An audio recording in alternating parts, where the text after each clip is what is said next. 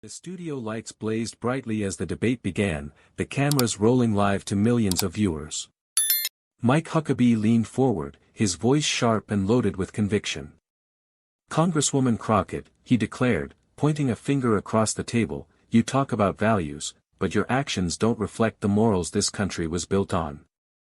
How can you claim to stand for the people when you twist the very foundation of our faith?" The audience murmured, some nodding, others bristling at the accusation. Huckabee smirked, believing he had cornered her.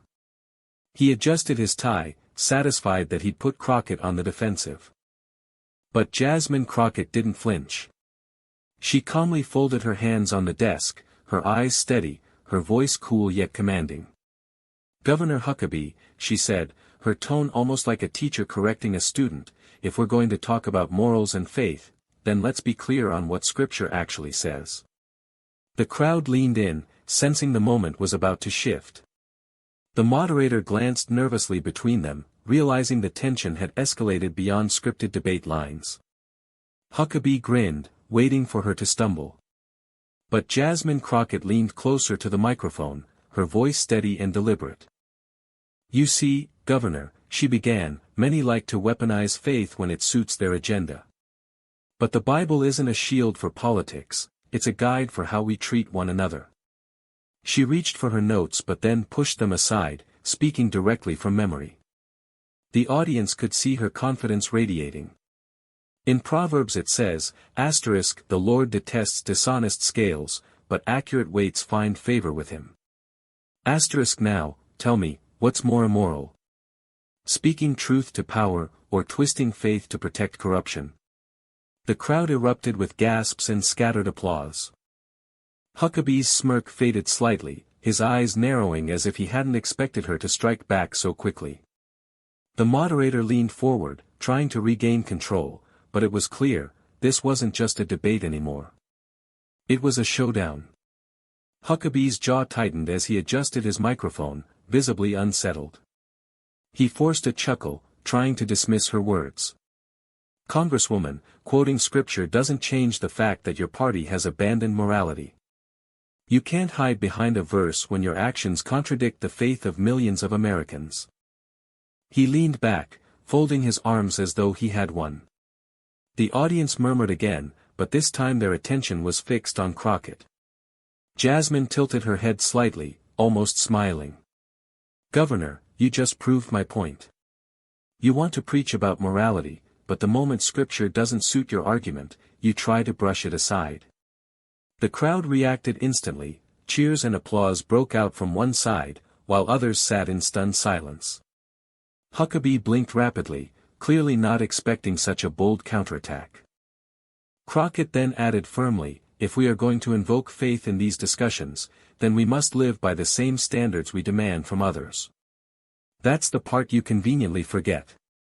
The studio lights reflected off Huckabee's face, showing the tension building.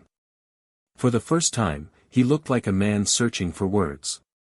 The moderator cleared his throat, sensing Huckabee was stalling, and tried to move to the next question. But Jasmine Crockett wasn't finished. "Let's be honest," she said, her voice firm but calm, "morality isn't about who can shout the loudest on television. It's about integrity, compassion, and truth. And last I checked, those principles are not partisan." The crowd clapped louder this time, the energy in the room shifting in her favor. Huckabee's face flushed red, and he leaned forward, trying to regain the momentum. "You're twisting Scripture to fit your agenda," he barked, raising his voice above the applause. "That's not morality, it's manipulation." Jasmine didn't even blink. She raised one finger, as if she had been waiting for that exact accusation. "Actually, Governor," she said, her voice unwavering, "there's another verse you might recall, *, why do you look at the speck in your brother's eye and pay no attention to the plank in your own?" The audience gasped. Some jumped to their feet in applause while others covered their mouths in shock. Huckabee froze, his mouth opening as if to respond, but no words came out. The studio now sounded less like a debate stage and more like a courtroom where the verdict had already been decided. The audience roared with approval, their applause echoing so loudly the moderator had to raise his hand for silence. Huckabee shifted uncomfortably in his chair. He tapped the desk with his pen, trying to muster a response, but his lips only parted and closed again. The confident grin he had worn at the start was completely gone. Jasmine leaned back in her chair, her expression calm but commanding, as if she had just handed down a judgment no one could contest. "This isn't about politics, Governor," she said evenly. "It's about accountability. If you want to stand on morals, then live by them. Don't just use faith as a talking point when it's convenient." The camera zoomed in on Huckabee. His face looked strained, almost pleading for an interruption, but none came. The moderator stayed silent, the audience waited, and the air seemed to thicken with the weight of her words. For the first time in the debate, Huckabee looked small. The silence stretched on, broken only by the faint hum of the cameras. Huckabee cleared his throat, his usual polished confidence slipping away. He finally managed to mutter, "Well, that's your interpretation." But the words fell flat. The audience laughed, not with him, but at him. The sound rippled through the studio, cutting deeper than any direct insult could have. Jasmine didn't gloat. Instead, she leaned forward, her tone calm but piercing. "Governor, the word isn't up for convenient interpretation when it comes to truth. You can't pick and choose what to apply depending on whether it benefits your argument." The crowd broke into cheers again, their clapping thunderous. The moderator tried to regain control of the debate, but the moment had already escaped his grasp. Huckabee lowered his gaze, fiddling with his notes, as though searching desperately for a counterpunch that wasn't there. Meanwhile, Crockett sat poised, her composure making the contrast between them even sharper. In that instant it was clear, Huckabee had lost control, and Crockett had seized the entire stage.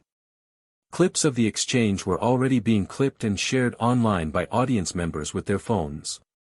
The words, "plank in your own eye," echoed across social media within minutes, trending as hashtags shot upward. Back on stage, Huckabee tried one last attempt to salvage the moment. He straightened in his chair and spoke louder, almost shouting, "The American people deserve leaders who respect faith, not ones who twist it for applause." But the desperation in his tone betrayed him. Instead of applause, the audience booed lightly, some even shaking their heads. Jasmine Crockett, still calm, smiled faintly and responded, "Respect for faith begins with humility. If you believe in those words, then perhaps tonight is a good time to practice them." The audience erupted. Standing ovations broke out, drowning out Huckabee completely. The cameras panned across the room, capturing faces in awe, laughter, and pure shock. The moderator, realizing Huckabee had been silenced beyond recovery, quickly moved on to the next topic, but everyone knew the debate had already been decided in that single exchange. Within an hour of the broadcast, social media exploded. Clips of Jasmine Crockett's calm yet devastating response filled timelines on every platform. The Bible verse she quoted was replayed over and over, each replay cutting deeper into Huckabee's credibility. Comment sections overflowed. Asterisk, she shut him down with his own playbook. Asterisk. Asterisk, that was the most savage use of scripture I've ever seen. Asterisk. Asterisk, Huckabee didn't just lose a debate, he lost the room. Asterisk. Late-night hosts picked it up instantly, replaying the viral clip with commentary that made audiences howl with laughter. Memes appeared of Huckabee frozen mid-silence, with captions like asterisk, "When you bring the Bible to the fight but forget she's memorized it too." Asterisk. Meanwhile, Crockett's supporters flooded her pages with praise. Even those who didn't agree with her politics admitted one thing: she had stood firm, dismantled the attack, and done it without raising her voice. Huckabee's team scrambled behind the scenes, issuing half-hearted statements to spin the exchange, but nothing stuck. The internet had already decided the winner, and it wasn't him. The morning after the debate, every major news outlet replayed the viral moment. Headlines screamed across the country. Asterisk, Crockett silences Huckabee with one verse. Asterisk. Asterisk, Bible quote ends Huckabee's attack in seconds. Asterisk. Asterisk, the moment that stopped a debate cold. Asterisk. Political analysts dissected the clip, some trying to downplay it, but most admitting the obvious: Jasmine Crockett had turned Huckabee's weapon against him, leaving him defenseless. On radio shows, callers lined up to share their reactions. One listener said, "I may not agree with everything Crockett stands for, but last night, she showed true strength. She didn't just win the debate, she exposed hypocrisy." Meanwhile, Huckabee avoided press appearances, choosing silence over risking more humiliation. But his absence only made the clip grow stronger, replayed endlessly with captions like, "Still waiting on his response." Crockett, however, embraced the moment. She released a short statement: "Faith is not a weapon. It's a guide for how we treat one another. That's what I stood for last night, and that's what I'll always stand for." Her words only fueled the momentum, cementing her as the clear victor of the night. By the end of the week, Crockett's moment had grown from a viral clip into a national conversation. Editorials appeared in major newspapers, praising her composure and moral clarity. One headline read, asterisk, "When faith meets integrity, Crockett shows the difference." Asterisk. Church leaders were even drawn into the debate. Some applauded her for quoting scripture with purpose, while others admitted Huckabee's attempt to weaponize faith had backfired spectacularly. Sermons across the country quietly referenced the exchange as an example of humility winning over arrogance. Meanwhile, political strategists couldn't ignore the impact. Polls showed a sudden surge of support for Crockett, not only among her base but among undecided voters who admired her calm strength. Commentators said it wasn't just a good debate moment, but a defining one that would echo for months. Huckabee's silence only made things worse for him. Each day he avoided the cameras, the clip of him sitting speechless under Crockett's words gained millions more views. Online, people joked that he's still trying to find a verse to come back with. It was becoming clear, this wasn't a moment Crockett would simply walk away from, it was one that would shape her political identity moving forward. In Washington, the ripple effect of the exchange was undeniable. Lawmakers who had once dismissed Crockett as a rising but untested figure now spoke of her with newfound respect. Behind closed doors, senior members admitted, she handled Huckabee better than anyone expected. She didn't just answer him, she dismantled him. Committees she served on began drawing more attention, reporters suddenly flocking to cover her statements. What would have been minor press releases now made headlines, amplified by the credibility she had earned in that single debate moment. Even some of Huckabee's allies hesitated to defend him publicly.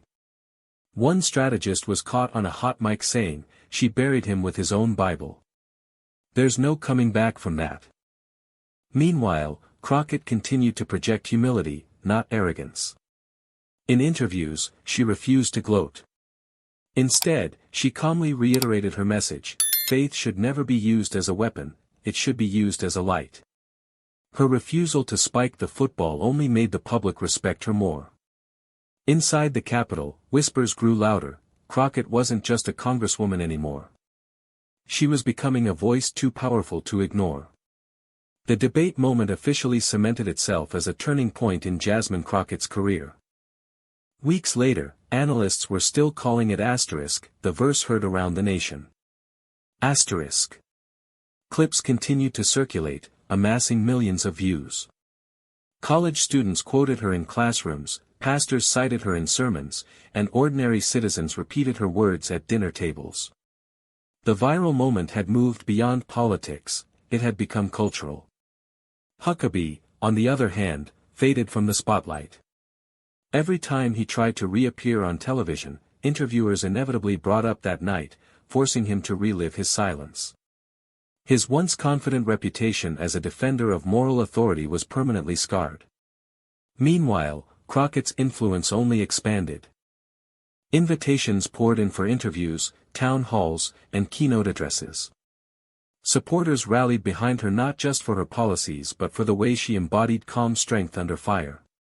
And through it all, she remained consistent. If there's one thing I want people to remember, she said in a televised address, "It's that truth doesn't need to be shouted to be powerful. Sometimes, one verse is enough." The crowd rose to its feet, applauding. Cameras captured the moment, sealing her victory not just in a debate, but in history. Months later, the debate was still remembered as the night Mike Huckabee was silenced by Scripture. Political documentaries replayed the clip, historians cited it as a defining moment, and late-night comedians never let him live it down. But for Jasmine Crockett, it was more than a viral clip, it was proof of principle. She had stood her ground, stayed true to her values, and used faith not as a weapon, but as a shield of truth. In her closing remarks at a town hall months later, she addressed the audience with the same calm fire that had shaken the debate stage. Morals are not props. Faith is not a political trick. They are foundations we live by every single day. And if we forget that, we lose not only debates, we lose ourselves. The audience rose in a thunderous standing ovation. Cameras flashed, recording yet another moment destined to spread across the nation. As the applause carried on, Huckabee's silence from that night seemed to echo louder than ever.